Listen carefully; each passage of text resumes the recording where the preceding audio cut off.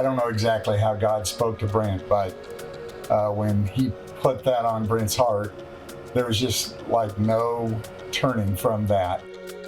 Coming up today, a kidney donation decades in the making. After living his whole life with an incurable disease, this man found an organ donor already in his life.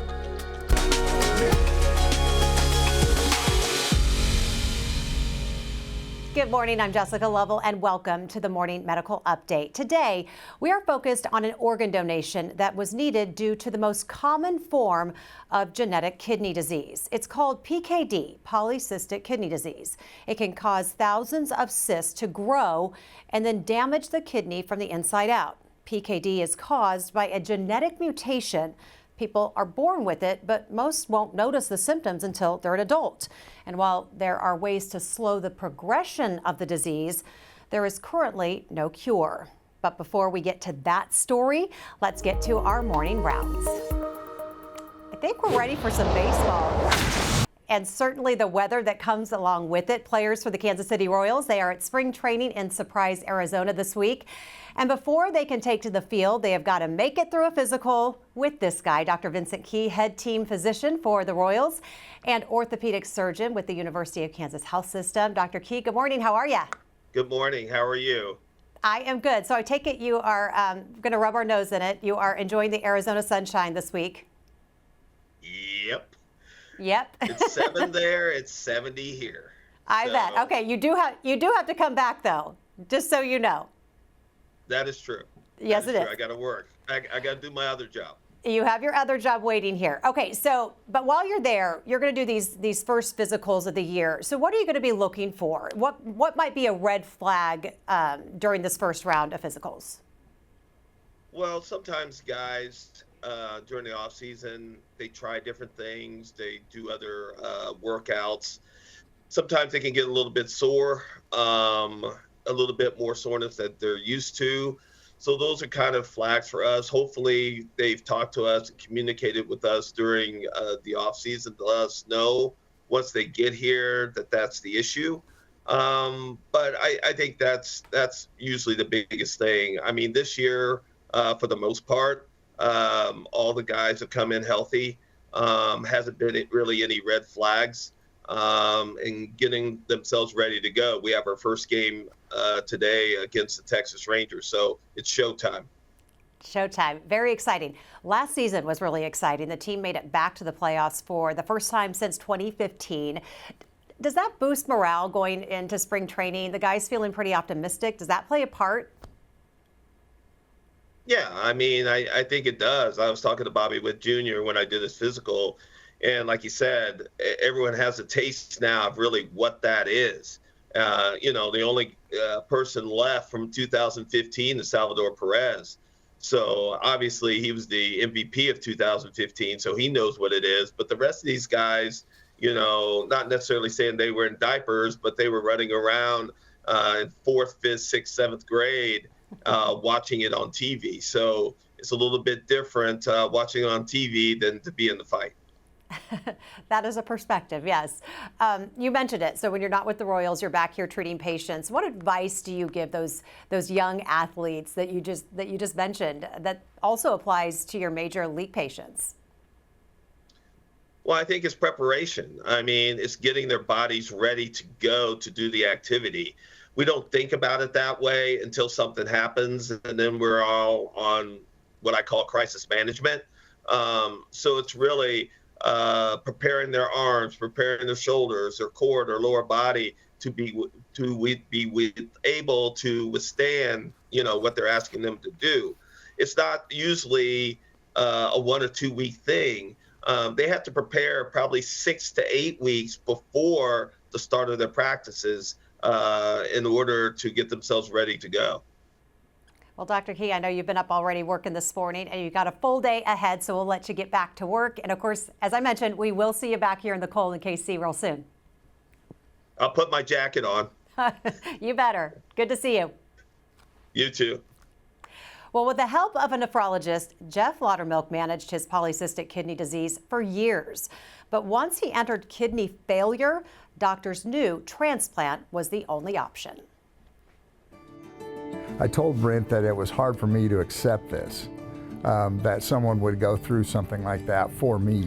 They say blood is thicker than water. Yeah, we never really wavered on the decision. And that saying has never meant more for Brent Schneider We just felt like Christ put it on our heart. and Jeff Laudermilk, two men steeped in their faith.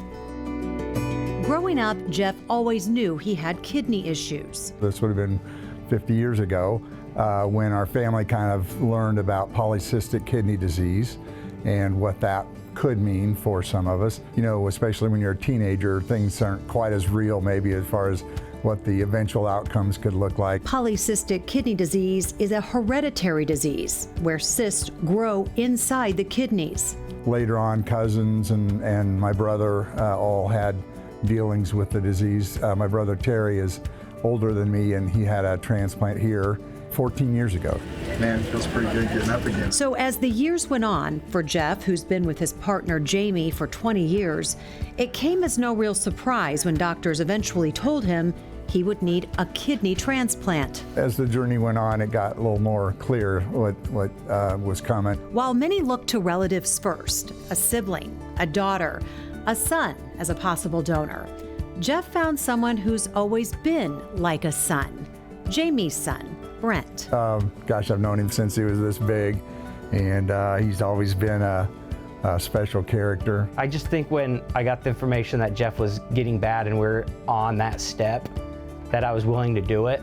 And I was just kind of like, I care for Jeff, and honestly, if the shoe was on the foot, Jeff would do the same thing for me. Brent is a teacher and high school football coach. Jeff says it's just like Brent to do something like this. I don't want to embarrass him because I know he's humble about it, but he will hopefully always know how grateful I am. Brent never thought twice. Oh, I just know we've been blessed with our family. So, I'm just super lucky, super blessed. A blended family where they share pretty much everything. And we are joined by our guests today. Both Jeff and his donor Brent join us via webcam from Sterling, Kansas. Brent's wife, Mariah, also joins us. And we're so glad to have all three of you with us today. How's everybody feeling? Jeff, I'll start with you. You feeling good? Yeah, feeling good. Labs keep coming in with good numbers, just making adjustments, but amazing difference. I can tell there's a lot more energy, and I'm looking forward to getting back to the full swing. All right, we'll talk more about how everyone's feeling, and Brent, you as well. Also joining us today is Dr. Sean Coomer, transplant surgeon and chief medical officer at the University of Kansas Health System. Dr. Coomer, always glad to have you here with us. And here in studio with me is Dr. Malika Gupta, a transplant nephrologist here at the health system. Glad to have you here. Thank you so much.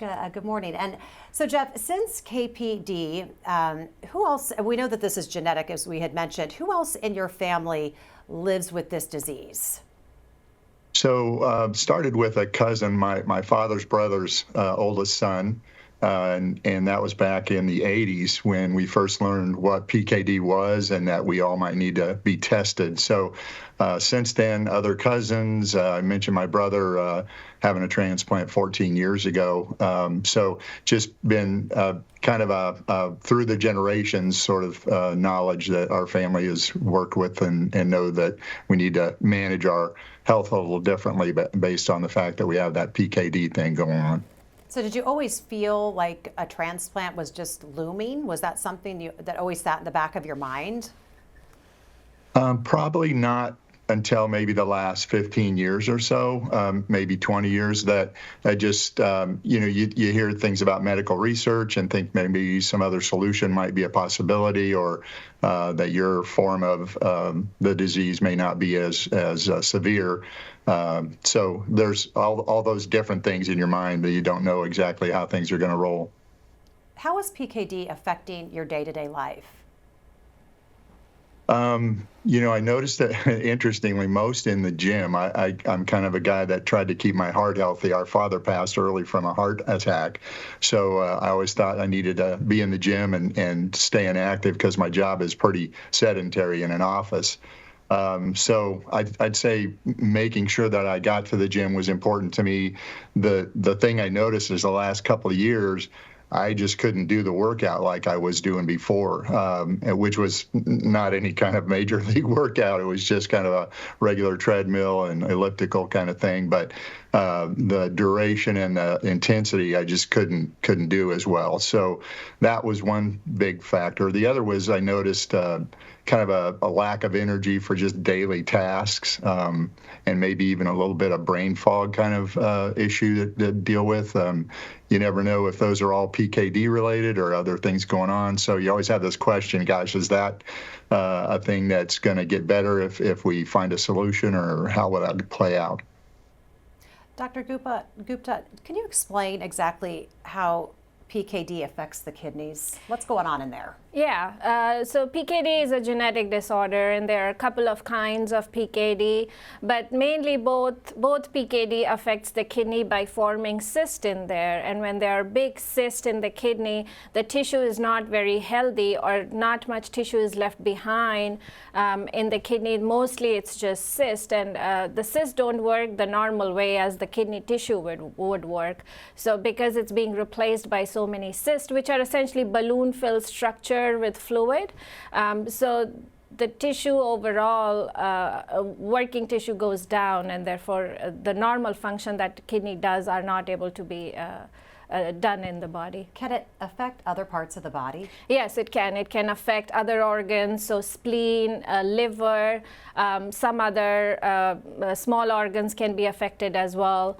by forming cyst, and then it can affect other organs like heart and brain in some terms as well. So is there a way to catch it early, slow the progression? Yeah, for people who know that they may have the gene in their family, it's important to get screened early. Usually there are issues like symptoms like high blood pressure can develop, and things like that. That's the early sign. So if they know that they have it in the family, it's important that they go start seeing a nephrologist and get tested for it. And because there are medications now that can help delay the progression of disease, so decrease the cyst size. Dr. Kumar, you have removed the kidneys with PKD before. How big do they get when they have these cysts? What's that like? Yeah, these can get tremendously large. These kidneys can be the size of footballs or rugby balls, and weigh up to 30 pounds sometimes. So they're quite large. It's a fun operation, I'll tell you that, but it's pretty amazing. Well, Dr. Kumar, we saw some of these kidneys in jars while our cameras toured the PKD Center. The Health Systems Clinic was named a Center of Excellence by the PKD Foundation. So, Dr. Kumar, how does that PKD Center help patients? Well, it's pretty amazing. You know, first of all, I think it gives us the recognition, and it also gives us some notoriety, so patients that are suffering with polycystic disease can come see us. But it also gives us access to research and novel immunosuppression medication. So it's pretty amazing recognition, and we're happy to have it. Jeff, when did you learn that it was time to start pursuing a transplant and, of course, looking for a donor?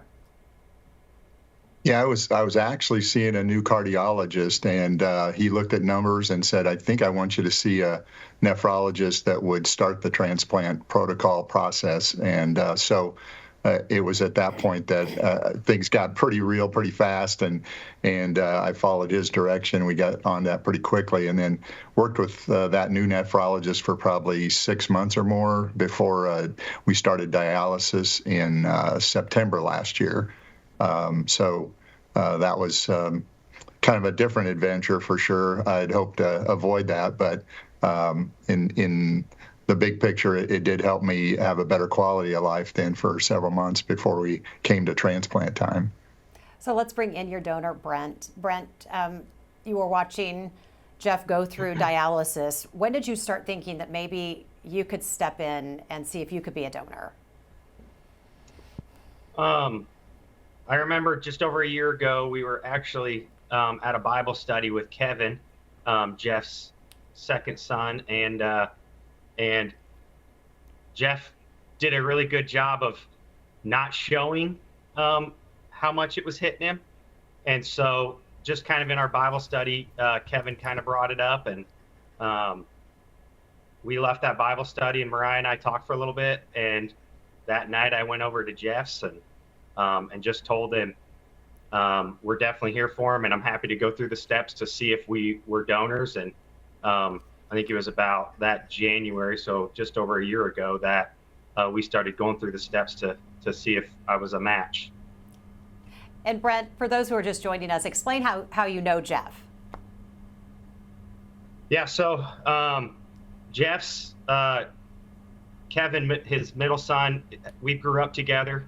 Jeff has been with my mom for a long time, but even going back before that, Kevin has basically been like a brother to me, and Wes is Jeff's firstborn, and he is also very close to my older brother. So we've kind of been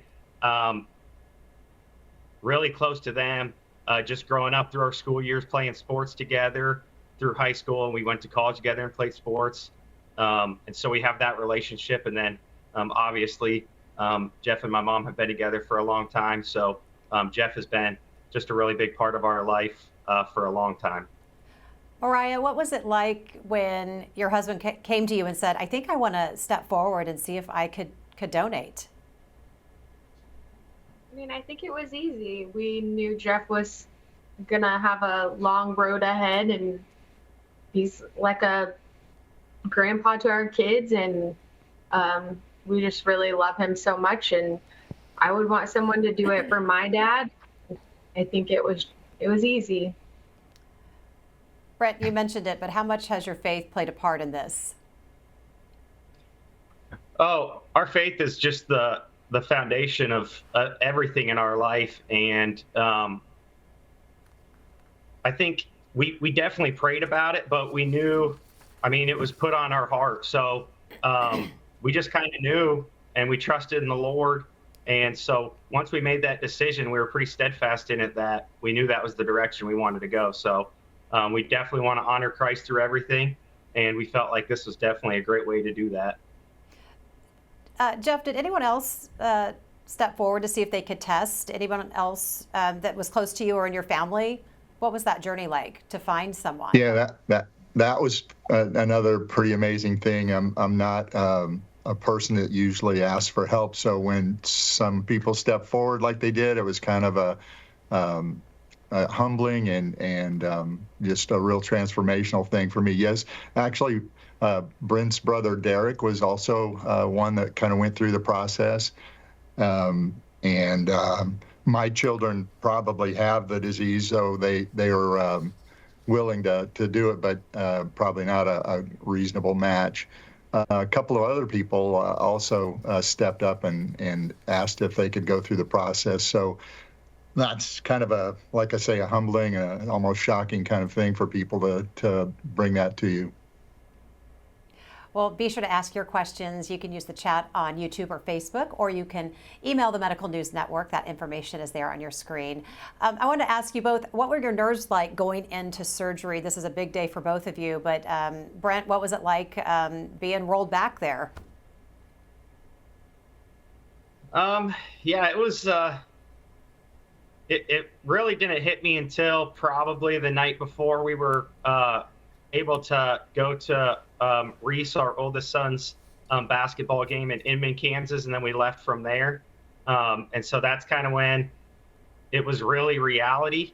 And I honestly slept a little bit better than I thought I would that night. I think God really just kind of rested my nerves. And then we get to the hospital, and I want to give all the credit to the KU Med people. They were fantastic throughout everything. I felt really taken care of throughout the entire process. And really, I don't want to say it was necessarily easy, but they make it as easy as possible. And I felt like I was in really good hands. I felt like they took care of Mariah. She was with me pretty much every step of the way. And so I just felt comforted. But yeah, you definitely have some anxious moments. It's a pretty big deal. So, yeah. Mariah, what about you? How were your nerves? I think I was pretty nervous. I think it was a long wait in the just before surgery, and you just kind of wanted to get it going so it can be done faster. Well, I remember meeting with you really by your bedside, and I appreciate you letting us come in there and speak with you, Brent. But you were recovering those few days afterwards. What was recovery like for you after surgery? Yeah, it was difficult at times, but I just really do think that we had such great care.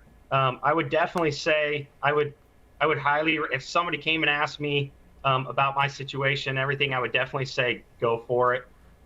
It's well worth it. You are giving a gift to somebody else that is much needed.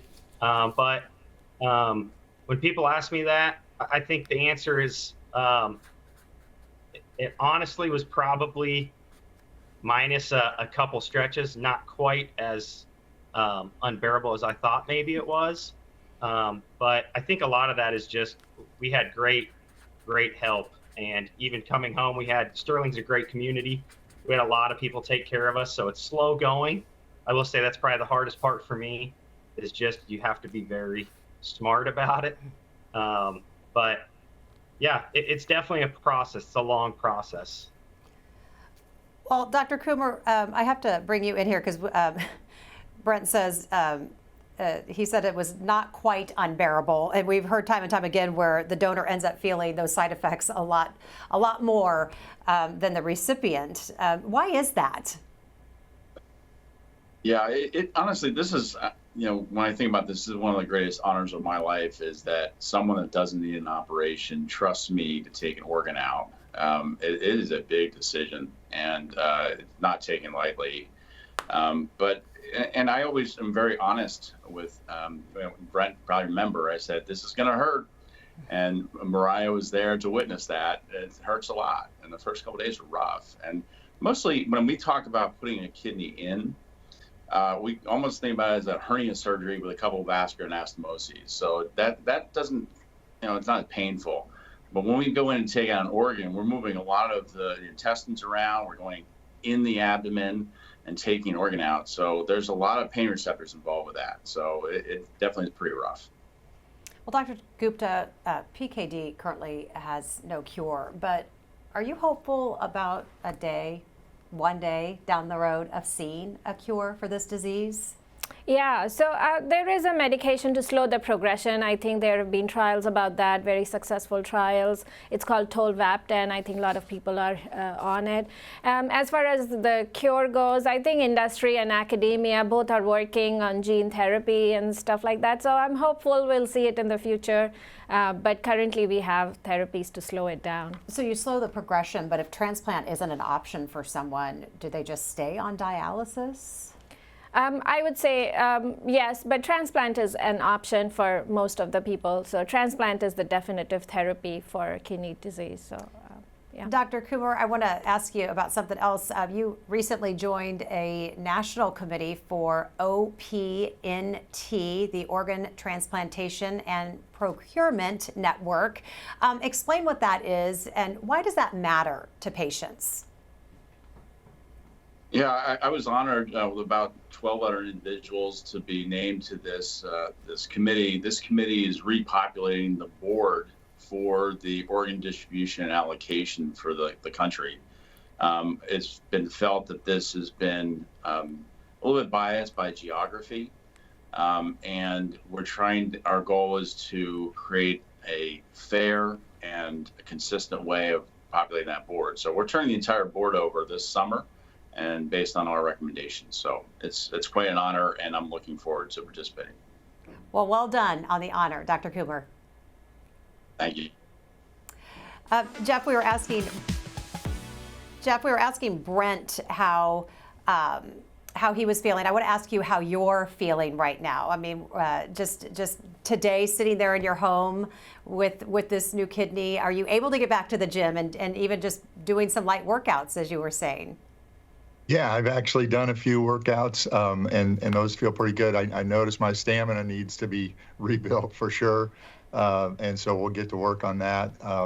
feeling really good in a lot of different ways that you don't know. It happens so gradually, that decline in your health, that you kind of don't know how unwell you are. And so when you get some sort of a transformative event like a transplant, it's a pretty dramatic feeling to kind of get that energy back and be able to do some things you weren't doing before. I had a little bit of a hampering side thing going on. I had fallen on the ice before the surgery, and so my I guess you'd say sciatic nerve or something has been kind of keeping me from being as active, but maybe that was God's way of slowing me down and not letting me overdo until I was really ready. So I feel like we're almost all the way back now, so that I'm ready to do the more physical things that I've been avoiding for a while. Well, I got to say, the last time I saw both of you, it was at your bedside. So again, thank you both for letting us come in and interview you there, but you both look great. And so just so glad to see you getting back to life. We have some questions from our viewers, and Jeremy says, I'm always surprised to find out that issues in one part of the body affect other parts too. Does PKD have an effect on the heart or brain? Yes. So PKD, most common cause of dying in a person who has PKD is cardiac causes. So it definitely affects the heart in one way or the other. We don't know too much about whether it can make cyst in the heart or not. So, but it does affect the heart. And then brain as well. There can be aneurysms in the brain associated with similar gene deformity. So yes. Dr. Coomer, Alex wants to know, do they leave the diseased kidney behind inside the body? So most oftentimes we do leave the kidneys in unless there's a problem, meaning there's not enough space to place in the kidney, or there's infection or hemorrhaging of some of the cysts. So most of the time we prefer to leave it in there.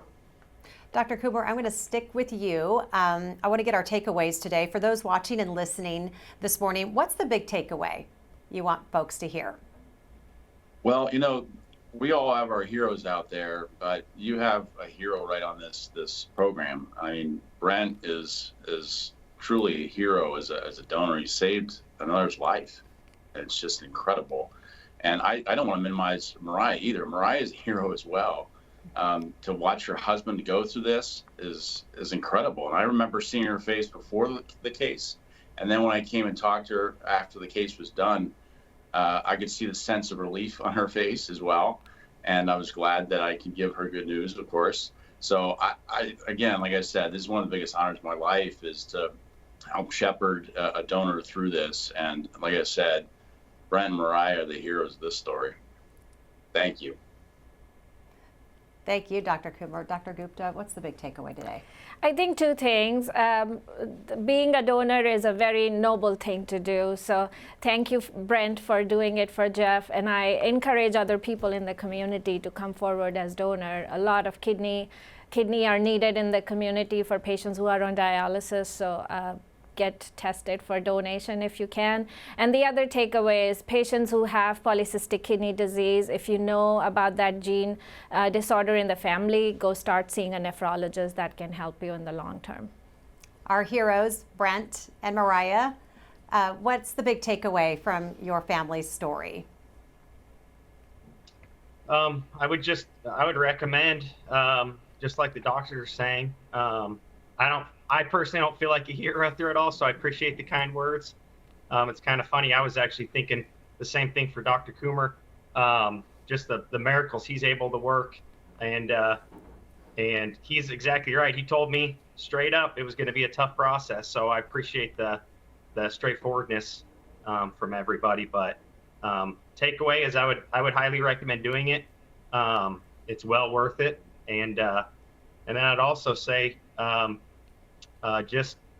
We try to glorify Christ and get that message out there, because I think that's important in life.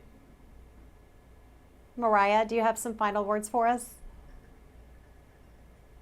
I guess I agree with everything Brent said. Dr. Coomer is amazing, and to put my husband in his hands, I mean, it was pretty easy. He was very straightforward, gave us all our information, and I trusted him. He's great. So. Well, thank you both for sharing your story. And Jeff, okay, We're so glad you're doing well. Wrap us up on this Friday. What's the big takeaway from your story?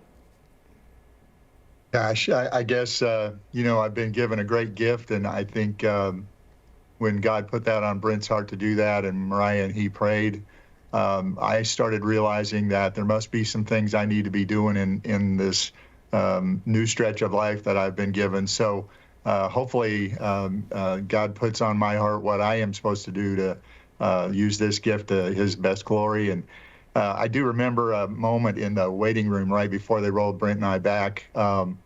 And all of our family came together, put hands on his shoulders and my shoulders, and put it in the Lord's hands. And I appreciated that. It gave me peace and strength for the coming moments. And so I guess it's also an awesome thing to be able to have people around you that provide you that kind of strength. Well, thank you all for letting us share your story this morning. Thanks to all of our guests, and thanks to our viewers for being with us today. Have a great weekend, and we'll see you back here on Monday. Coming up Monday on the Morning Medical Update. From healthy and fit to just a few months to live, Kaylee Schiller's liver failure came as a complete surprise. I'm Jessica Lovell on the next Morning Medical Update. The urgent transplant that saved her life and the emotional connection to her donor's family. Monday at 8. Subscribe to our Morning Medical Update and Open Mics with Dr. Stites podcast. Now, everywhere podcasts are available.